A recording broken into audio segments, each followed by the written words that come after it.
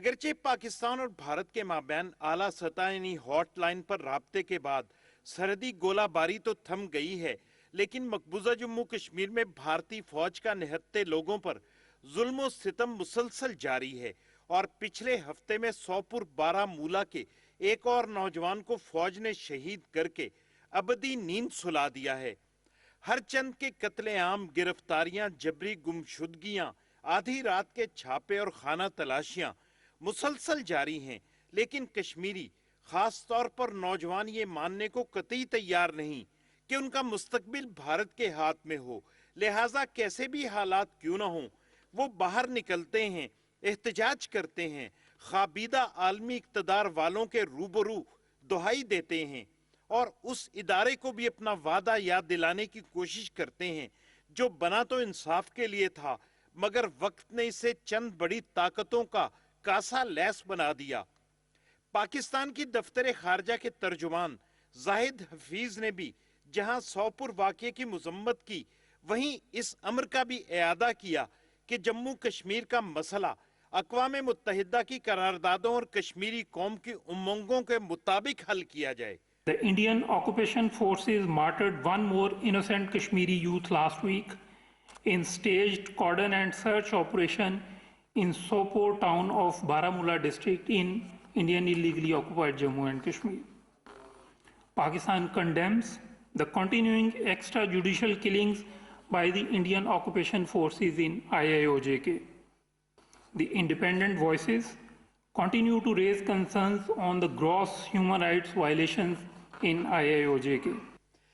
5 अगस्त 2019 के इक़दाम के बाद भारत ने जहां कश्मीर में जिंदगी को जामिद किया है, वहीं हर उस कलमकार या एंकर को भी दबाने की कोशिश की है जिसने भी सूरत हाल की खुलेआम अक्कासी की।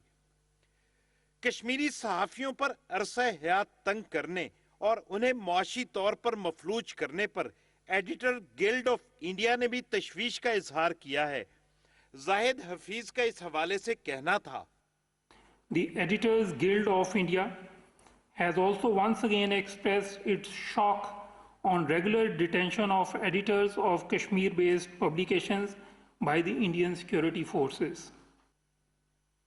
The Editors Guild of India has underscored that there are scores of journalists who are experiencing this new normal where they can be hauled up by the security forces for writing anything that goes contrary to the government's narrative that peace has returned to the valley.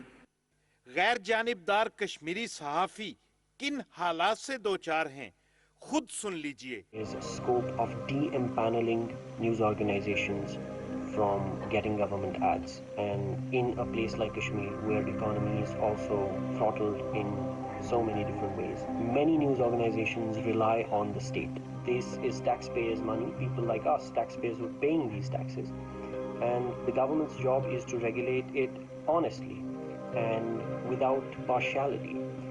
What is happening here is that the government wants only those news organizations to thrive who toe its line.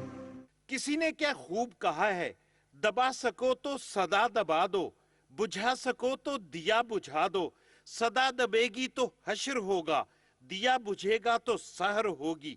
Delhi सरकार एक मर्तबा जरूर सोचे कि पिछले 25 बरस में सदाएं दबाने और दिए बुझाने का नतीजा क्या निकला है।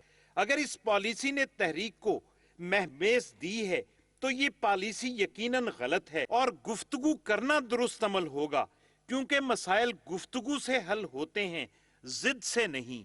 Pakistan once again calls upon the government of India to rescind all its illegal actions and take measures for resolution of the Jammu and Kashmir dispute in line with the relevant United Nations Security Council resolutions. Bharat को भी मालूम है कि कश्मीरी क्या चाहते हैं, लिहाजा धौंस से कुछ हासिल नहीं होगा।